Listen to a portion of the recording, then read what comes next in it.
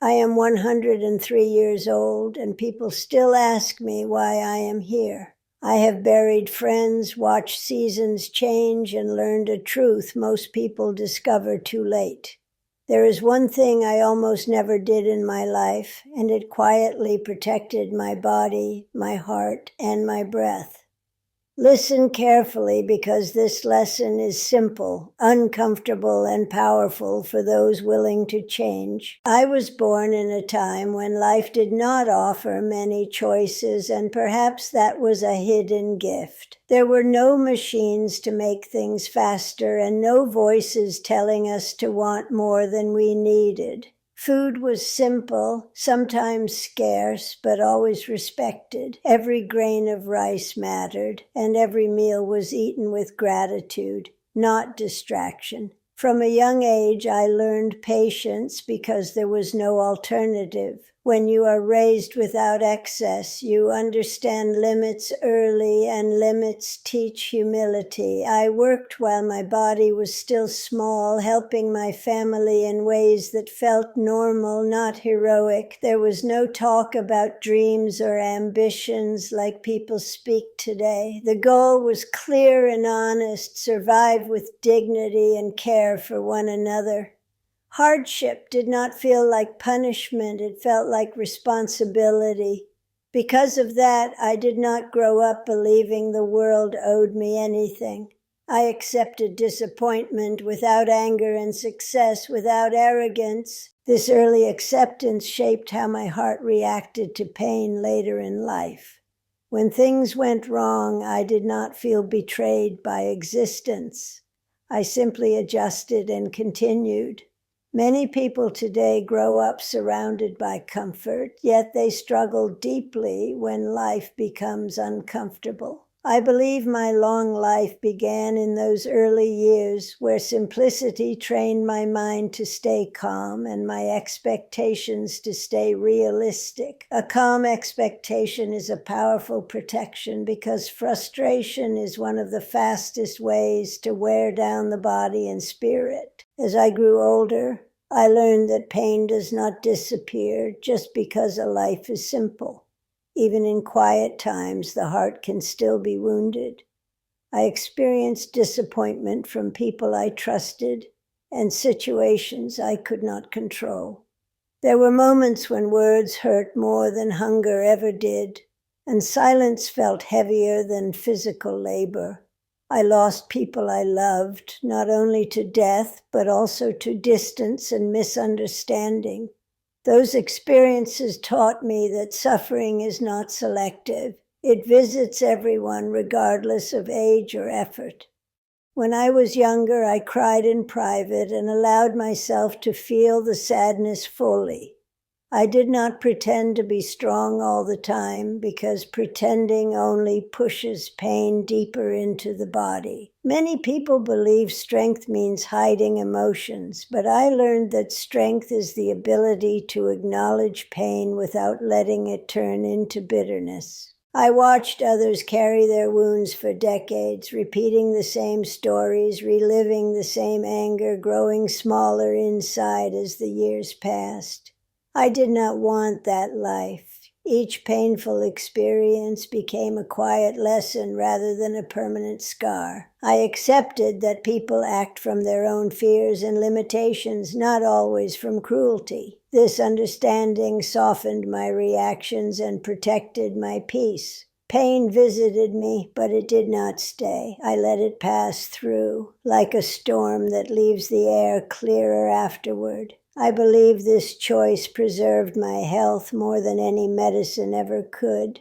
There is one thing I almost never did throughout my long life, and it is the reason my heart stayed light even when my body grew old. I did not hold on to resentment. This does not mean I was never angry or hurt, because I was. It means I refused to let those feelings live inside me for too long. I understood early that resentment is not a response to pain, but a decision to keep pain alive. When someone hurt me, I allowed myself to feel it honestly. I sat with the sadness, the disappointment, and sometimes the anger, but I did not feed it with endless thoughts. I did not repeat the story in my mind again and again. I did not wait for apologies that might never come. I chose to release what I could not change. Many people believe holding resentment gives them power or justice,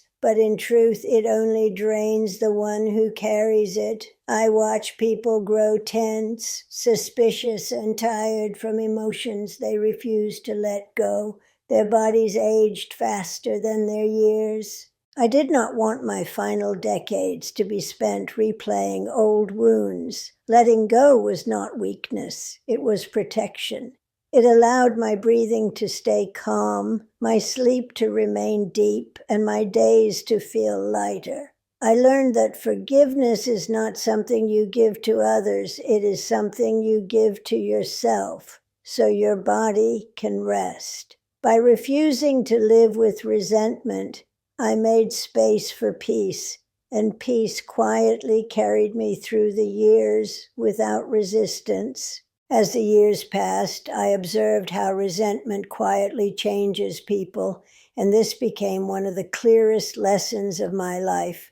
I saw neighbors, relatives, and even close friends grow older in a way that looked heavy rather than natural. Their backs bent early, their faces hardened, and their voices carried constant tension. It was not age doing this to them, but the weight of emotions they refused to release. They replayed past arguments, old betrayals, and unfair moments as if they were happening again each morning. This constant inner conflict exhausted their bodies long before sickness appeared. I learned that the body listens carefully to the mind, even when we pretend it does not. A restless heart sends restless signals to the muscles, the breath, and the blood. Over time, this unrest becomes pain, fatigue, and illness. Many people believe stress is normal and unavoidable, but I learned that much of it is chosen through attachment to anger and pride. When someone refuses to let go, the body stays alert, as if danger is always near. This constant state of defense shortens patience, weakens immunity, and steals energy from healing. I compared their lives to mine and noticed a difference that could not be explained by luck or genetics alone. My days felt longer and calmer even as my body aged. Their days felt rushed and heavy even when they rested. Watching them taught me that aging is not only measured by years lived, but by how long a heart has been carrying unresolved burdens. Releasing resentment does not erase memory, but it removes poison. This realization strengthened my decision to protect my inner calm, because peace is not only a feeling, it is a foundation for a long and stable life. When I chose to let go, it was not a single moment of courage, but a quiet practice repeated many times throughout my life. Letting go did not mean pretending that nothing happened or forcing myself to feel happy too soon. It meant allowing emotions to move naturally instead of trapping them inside my body. When sadness came, I allowed myself to cry without shame. When anger appeared, I stepped back and stayed silent rather than speaking words that would deepen the wound. Silence gave my heart time to cool, and time gave me clarity. I learned that emotions lose their power when they are acknowledged without judgment. Many people fight their feelings or drown them in distraction, but I found relief in simple acceptance. After I felt what needed to be felt, I consciously chose to release it. I reminded myself that carrying pain would not change the past or improve the future. Each time I released resentment, my breathing became easier and my thoughts slowed. My body responded immediately, as if it recognized safety. This practice protected my sleep, which in turn protected my strength. Over the years, letting go became a habit rather than a struggle. I stopped expecting people to act perfectly, and I stopped expecting life to be fair. These expectations only create frustration. Instead, I focused on what I could control, which was my response. By choosing calm over conflict, I preserved energy that others spent fighting invisible battles. This energy supported my health, my patience, and my ability to enjoy small moments. Letting go did not make my life smaller, it made it wider and lighter. I believe this simple choice quietly added years to my life by allowing my body to rest instead of resist. As my mind became calmer through the years, my body followed without protest, and this connection became impossible to ignore. I noticed that on days when my thoughts were quiet, my body felt lighter, even as age slowly changed it. My breathing stayed steady, my appetite remained balanced, and my sleep came naturally. Many people search for physical strength while ignoring the condition of their thoughts, but I learned that the body mirrors the inner state more faithfully than any mirror reflects the face. When the mind is constantly tense, the body stays tense as well, preparing for dangers that are often imaginary. I avoided this by choosing simplicity in how I thought about life. I did not rush my days, and I did not compare my life to others. Comparison creates restlessness, and restlessness disturbs the body.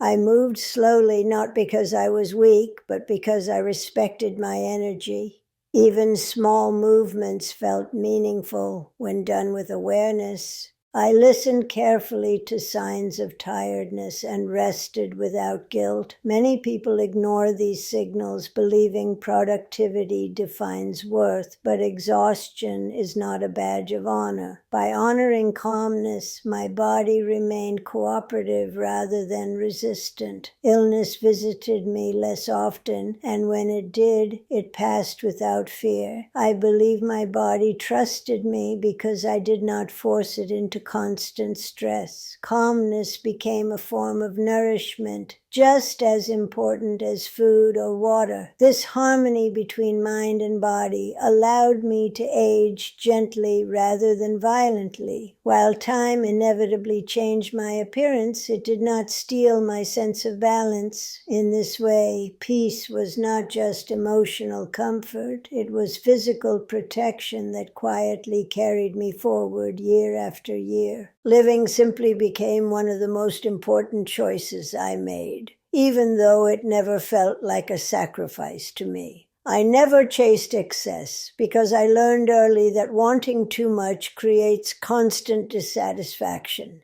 My needs were clear and modest, and this clarity protected my mind from unnecessary struggle. I ate when I was hungry and stopped before I felt heavy, not because of rules, but because I listened to my body. Food was nourishment, not entertainment or comfort for emotional emptiness. I wore simple clothes, lived in a modest home, and appreciated what I already had instead of imagining what I lacked. This simplicity reduced mental noise and allowed gratitude to grow naturally. Many people believe happiness comes from adding more things, but I watched how accumulation often brought worry, fear of loss, and endless comparison. Simplicity, on the other hand, brought freedom. My days were not crowded with decisions or distractions, so my energy stayed balanced. When the mind is not overloaded, the body remains relaxed. I slept deeply because my thoughts were not racing with desire or regret. I believe this deep rest repaired my body night after night, protecting my health over many decades. Living simply also taught me patience because I did not expect life to entertain me constantly. I found peace in repetition, comfort in routine, and joy in small moments. A warm morning, a quiet afternoon, or a shared smile felt complete on their own. This way of living did not make my world smaller, it made it more meaningful. By reducing excess, I preserved my strength, my calm, and my ability to appreciate life fully, which I believe contributed greatly to my long and steady journey through time. As I reached very old age, I noticed how desperately people search for secrets to live longer, often looking in the wrong places. Many chase medicines, special diets, expensive treatments, and complicated routines, believing longevity can be purchased or forced. I watched people become anxious about every symptom and fearful of every number on a clock or calendar. This fear itself became their greatest enemy. I learned that a life lived in constant worry shortens itself quietly, day by day. Instead of trusting the body, many people fight it, pushing beyond limits and ignoring exhaustion. I chose a different path by listening rather than controlling. When my body asked for rest, I rested without guilt. When it asked for movement, I moved gently and consistently. I did not demand youth from an aging body, and because of that, it did not rebel against me. Many people want to feel young forever, but I learned that accepting age brings more peace than resisting it. Acceptance removes fear, and fear is one of the most exhausting emotions a person can carry. I also noticed that people who constantly chase longevity forget to live fully in the present. They postpone joy, waiting for the perfect condition or the perfect health. I did not postpone life. I enjoyed small moments without questioning how many years I had left. This presence reduced anxiety and allowed my nervous system to stay calm.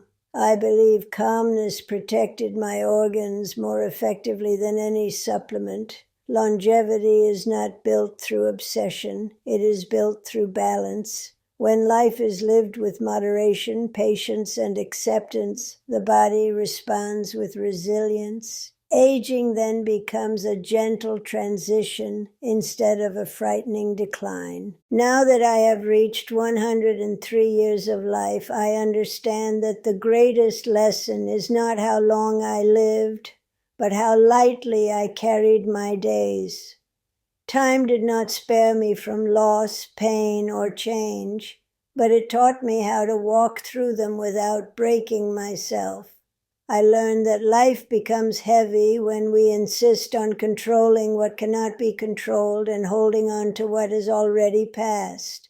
The body feels this struggle immediately, tightening, resisting, and slowly wearing itself down. I chose another way by trusting the rhythm of life rather than fighting it. Each morning I woke with acceptance instead of expectation, allowing the day to be what it was. Some days were joyful, others were quiet or difficult, but all of them were complete on their own. I did not measure my worth by productivity, achievements, or approval from others. I measured it by peace. When peace was present, everything else felt manageable. I believe this mindset allowed my nervous system to remain calm and my heart to stay open. Calmness protected my strength, and openness allowed love to flow freely in and out of my life. Even in old age, I felt connected rather than isolated because I did not build walls around my heart. If I could leave one message behind, it would be this: a long life is not created by chasing time, but by respecting it. Slow down, release what hurts you, live simply, and rest when your body asks. When you stop fighting life, life stops fighting you.